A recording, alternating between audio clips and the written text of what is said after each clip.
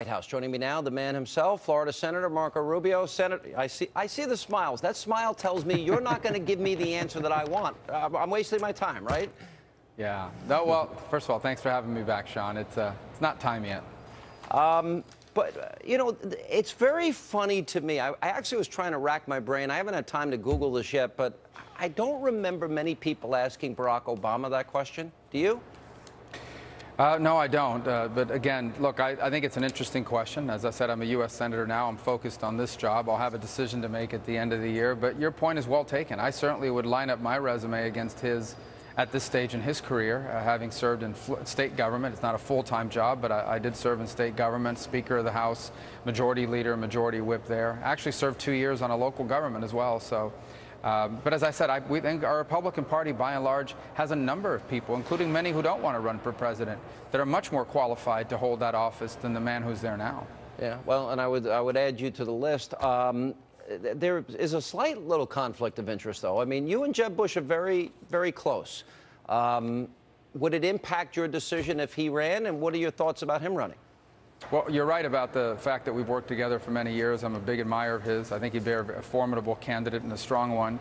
But as I said, when someone thinks about running for something like that, like presidency of the United States, I don't think you do so by taking into account other people's decisions. I think you have to decide whether that's where you want to serve the country and whether you have a concrete vision for the future and ideas about how to get the country there. And I bet you he would tell you the exact same thing.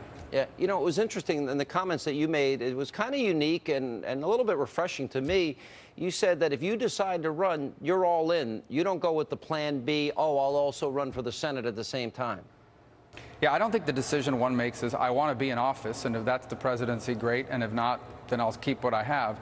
I think when you decide to run for president, it's because you are so determined to serve the country in that role. That's all you're focused on. So at least for me, I don't criticize anyone else, but for me, if that's a decision we come to at the end of this year or early next year, it'll be about that. It won't be about creating a plan B.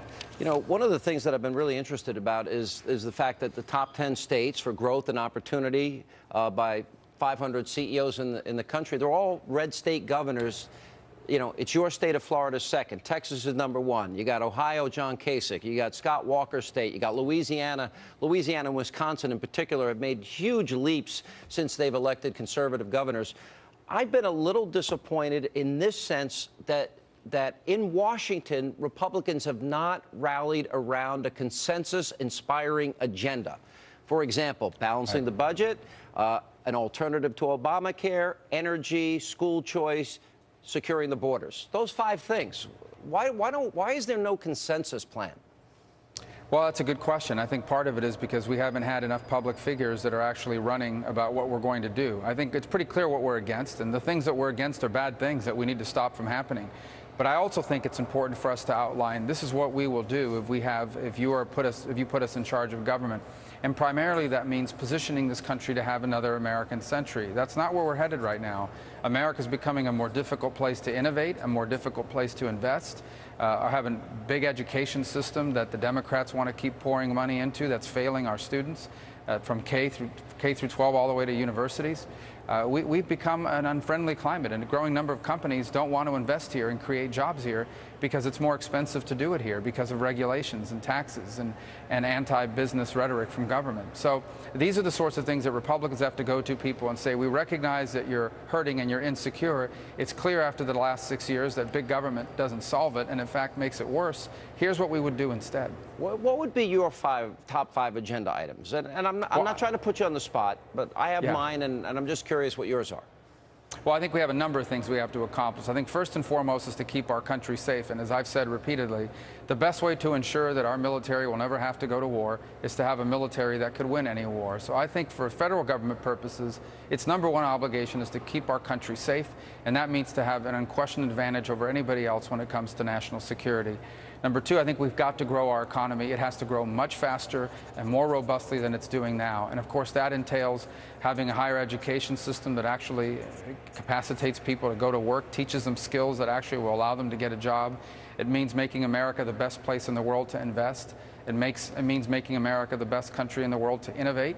It means allowing us to have access to markets in a way that's fair. That means selling more of our products like natural oil and natural gas and oil, these sorts of things. So I think that's critically important for our future.